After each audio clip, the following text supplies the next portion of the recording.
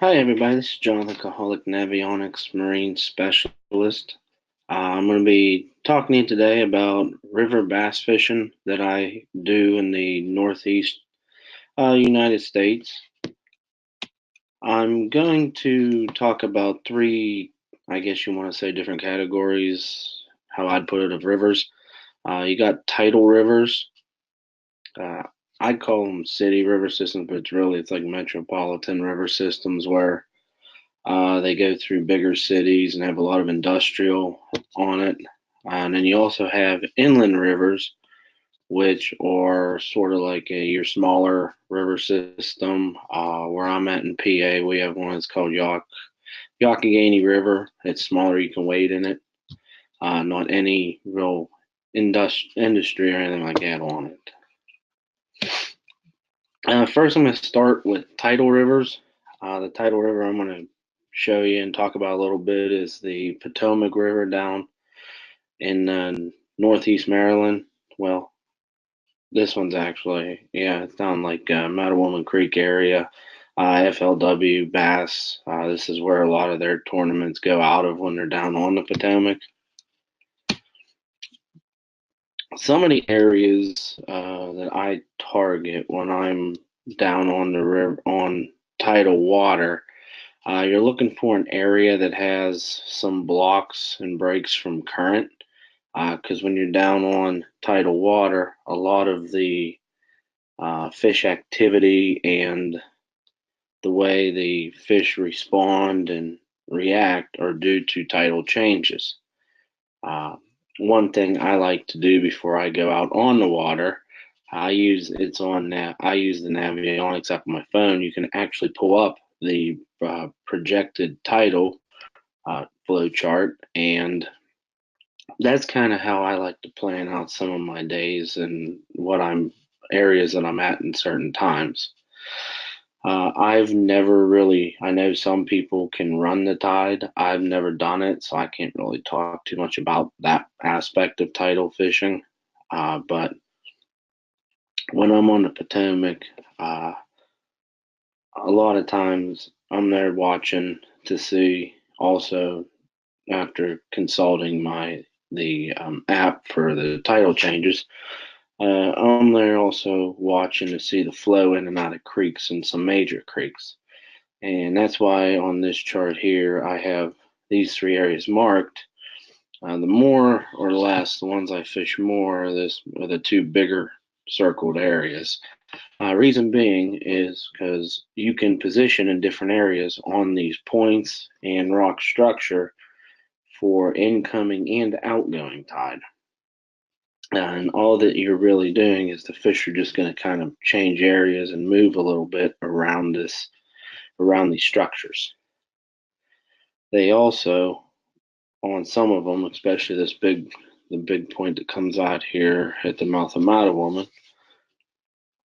they will feed at certain times and certain tides, and that's why I also like to pay attention to if you see floating debris or anything in the water. It kind of gives you an idea on how quick the tide's coming in or out, and that's always helped me position a little bit and be able to find fish a little easier on these particular structures. Some of the techniques I've used down river fishing like the Potomac, I've used chatterbaits a lot.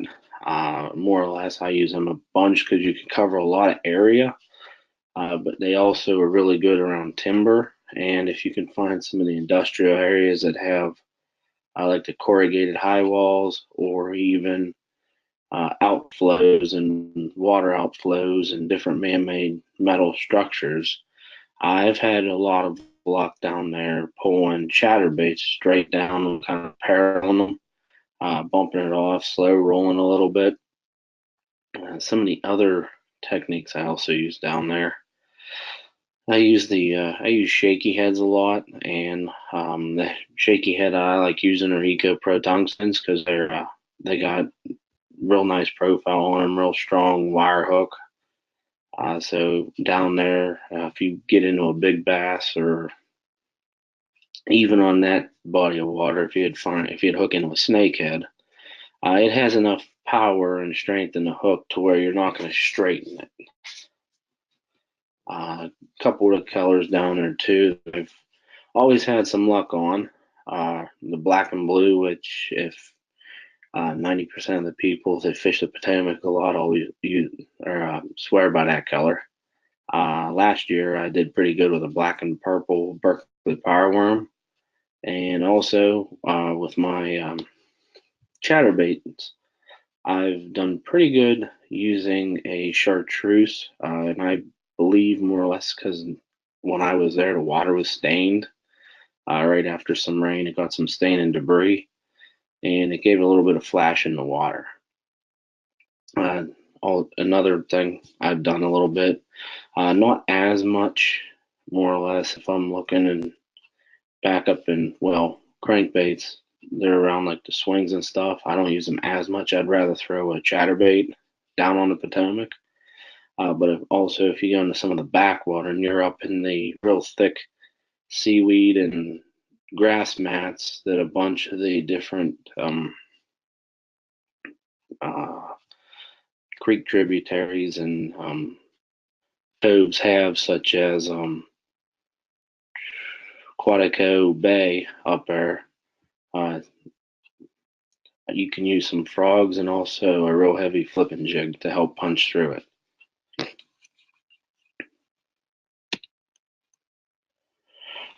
Now, another river system that I grew up fishing and I have a lot more experience on than Tidal because I don't travel down to the Potomac but maybe once or twice a year.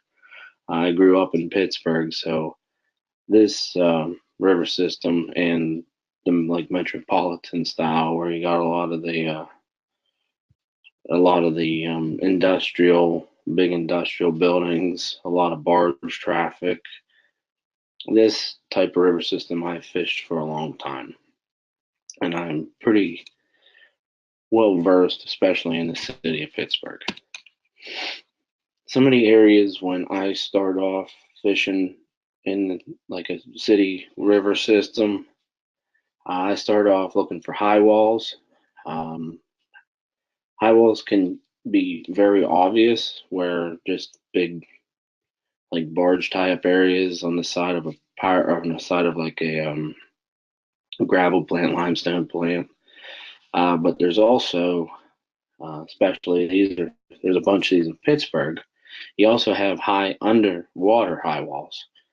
These are areas where, for instance, if you're around the stadiums, where the Clipper fleet comes in and out to move people from parking downriver to the stadiums, they put underwater corrugated walls up so they could get a nice like launch ramp area up around the point to where when the Clipper comes in, they can lower the bridges down, all that.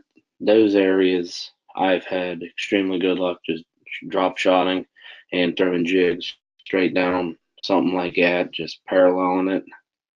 A lot of times I find, especially how they're situated in Pittsburgh,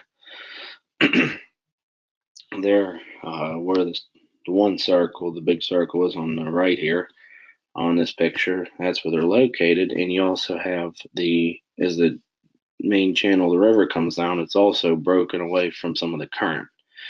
So in a situation like this, the smallmouth, or even I've caught a couple largemouth on it too, they'll sit and tuck into it, and as bait and bait fish and bait balls and all kind of stuff like that blow down the river, they'll come out and eat, sort of like an opportunistic time there. Other areas on the river that I've targeted a lot is if there's like, for instance, right next to the stadiums, we have the Sports Works and the Science Center. Well, at the Science Center, they have the submarine that people could tour, and it's always stationary. It's always there. Now, a lot of times I've gone in there and fish actually will position on the submarine because it's never really moved, and that turns into a piece of structure that you can kind of pattern at different times of the year when and I've always had luck on it when it's in summer, real hot. Either like a poor boy's darter or fluke or even a Senko, and just let it slowly sink down the sub. They'll come up from underneath it or even in little crevices and eat your bait. And I've had that work as a pattern a couple of days. Other times, if you're up where a lot of the barges are, if you know there's a couple strings of barges that have been tied up for a while, the fish will also position up in there a lot. Another technique I've used on the rivers, on the rivers in Pittsburgh, and also I've used it on other rivers such as in like Cincinnati and down south in a couple times. I mean, you can get to areas where there's a lot of sewer drainage and sewer overflows that come into that are discharged into the water. A lot of times, for instance, in Pittsburgh, when we get heavy rain, the sewers overflow quite often, and it pushes water at a quite rapid pace out them. Now, what that occurs now is when the water's coming out, it'll kind of stir it there, and right at the base, a little farther out, you'll get actually a deep hole right at the bottom of those sewer drains. And I've done tournaments and even went out fishing with people, and the pattern for the day was actually running those sewer drains because the fish would back up underneath the actual sewer and just sit there waiting for something to fall out. In a couple other areas that I look for, you also have the high rock banks that if the current hits them, sometimes depending on levels and stuff, you'll actually get an undercut in the bank. A lot of times you have to actually, they're not always visible. The more time you spend on the water at different water levels, the more of this kind of structure you'll see. But there's a couple areas in Pittsburgh where when it floods and you get the spring floods, the current has actually eroded away some of the banks. So when you have higher water, or even sometimes calmer situations in the river when it's not blowing down it, you can actually fish sort of a weightless bait down those different ledges in the high wall, and the fish will sit up and hide under it and come out and eat it whenever it drops down in front of them. The techniques I use a lot in that style of river fishing, drop shot. I like to use the drop shot a lot for that because you can actually see the fish. If you're working structure that's offshore, you can actually see the fish on the structure drop right down to it and watch the fish's reaction, and also almost can see exactly when it hits. Shaky head, I use a lot of also because if you've got a lot of barge tie-ups, you could throw the shaky head in there, get right to the bottom where a lot of times the fish are sitting. And when you're in some of the deeper ones around the dams and the tie-up areas for the barges that they use when they're loaded down, they're going to have a nice dugout area in the front. Using a drop shot and a shaky head, you can get it down quicker and get it more in their strike zone. You can also, a couple other things that I come across also is if you get those barge tie-ups where a lot of floating timber and debris have packed into, you can actually throw a weightless Senko or even a weightless fluke, Erie darter, whatever your preference is, and they will come out of it and hit that as well. Crankbaits and spinner baits, if you're trying to cover a lot of water, and you're also more or less fishing rocky banks and riprap banks, these work great. A lot of time you find them around even you could use these or even around the bridge pylons. I have had a lot of luck with the ones that are up against the rocky banks and throwing it, basically paralleling them.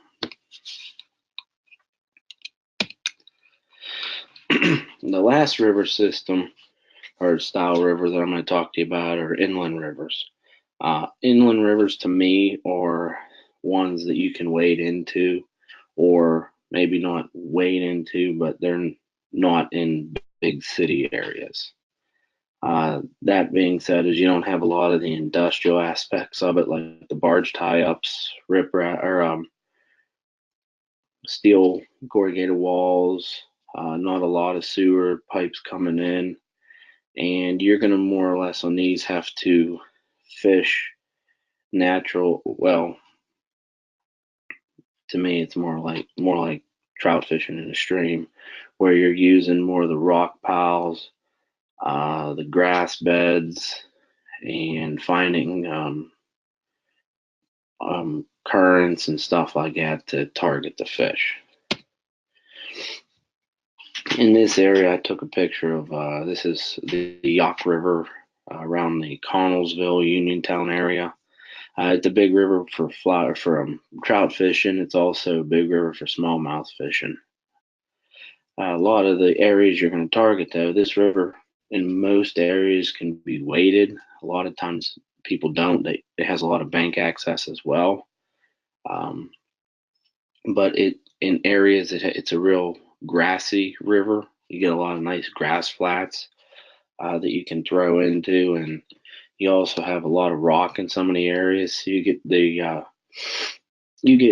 with the current, you get the nice slow pull behind the rocks, and you also have some undercut sides in the actual city a little bit, or when it passes through like Connellsville and some of them smaller towns along it, where they put up the concrete banks. Some of them get undercut, and you also have little feeder drainage creeks coming in, and they'll build up a nice gravel pile in front of them.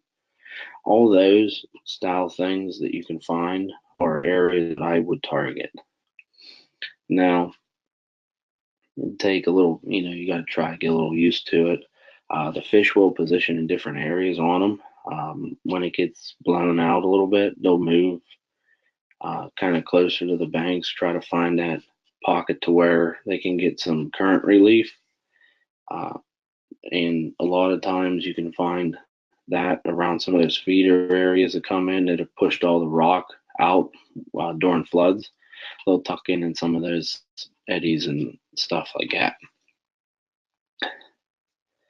With this too, there's also areas that you'll get like a reverse current. They're not as common because you need a little bit of a deeper hole to start that. But if you can find an area where you have some faster current with a reverse current or even a slow current, a lot of times the fish will just sit right on the edge and wait for something to go by and just go out and strike it real quick. You can also find areas like that on both of the other style river systems. It's just there's so much to target on them. It's not something me personally would spend a lot of time targeting. Whereas when you're fishing in more an inland river, you got to deal with more of the natural structure and natural flow of things on the river.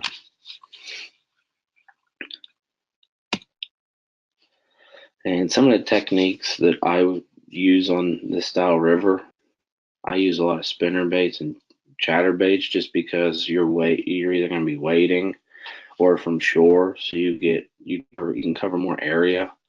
The one in the picture is actually a Slambo lures with the Dakota blade on it, which actually mimic a small bait ball coming by. And also it gives a different kind of a chatterbait vibration out that not all of them will do. In this style, I also like Senkos, wacky rigged. A lot of times you have real good luck on that when smallmouth are spawning, which should be around now. Also, if you can find a good pocket of a good area where there's a lot of smallmouth, you can just tear them up with Senkos. Also, the Ned rigs. It's the first year I've really used them a lot, and I've had a lot of success with the Ned rigs. I would suggest using the Ned rigs on days where it's slow, like slow fishing. Fish are they're really timid. You're trying to really agitate a bite. I've had a lot of success with Ned rigs on those style days.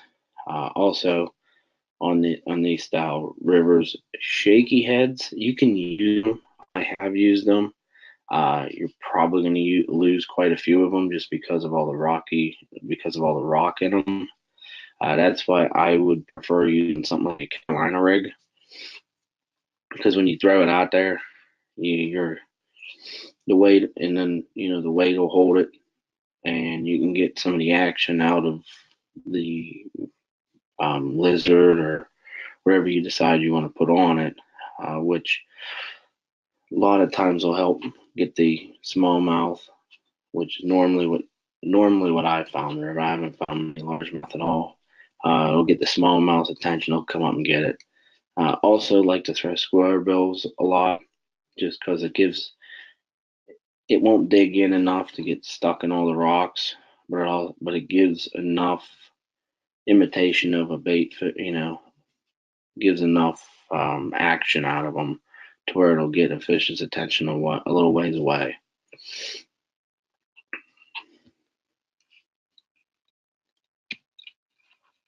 In conclusion, there are different ways to approach any specific river system. These are the ways I like to approach them. There's many different variations, totally different ways you could. This is the ways that I've done it, and I've had a lot of success doing.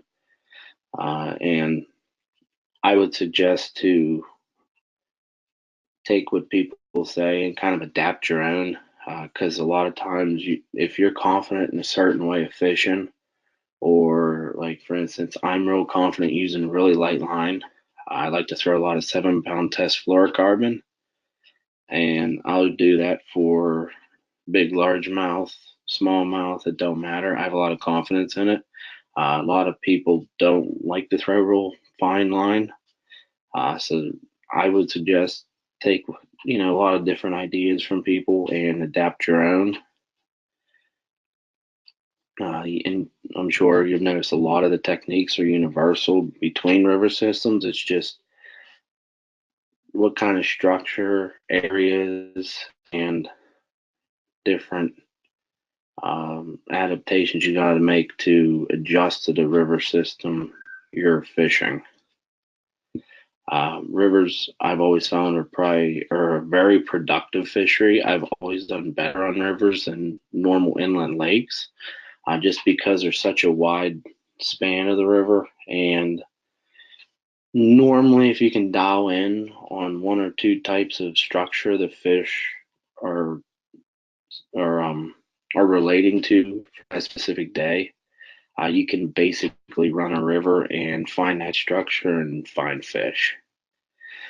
And like always, the more time and trial and error will help pinpoint down how you best approach each with your particular preferences. On the three rivers, I've spent probably 4 or 5 years just fishing them, and I still go down here every day and learn more. The more time on a body of water, the better you're going to be. And I would suggest, if you don't have a way to kind of record conditions and locations to get kind of a pattern going, I use one thing I use is the Angler app. It's basically you sit there, start a day, go fishing. It's a little fob button. Push a button for a hit, or push it twice for a hit, push it once for a catch. But what it does is it logs your location, the weather, pressures, temperatures, everything. So if you fish it a lake more and keep doing it, it compiles a logbook for you, to where you can kind of dial yourself in with it's this kind of day, this is how I need to fish it. And I've done that for 2 years with the Angler one, and it's considerably increased my productivity fishing. I'm going to end it on that note.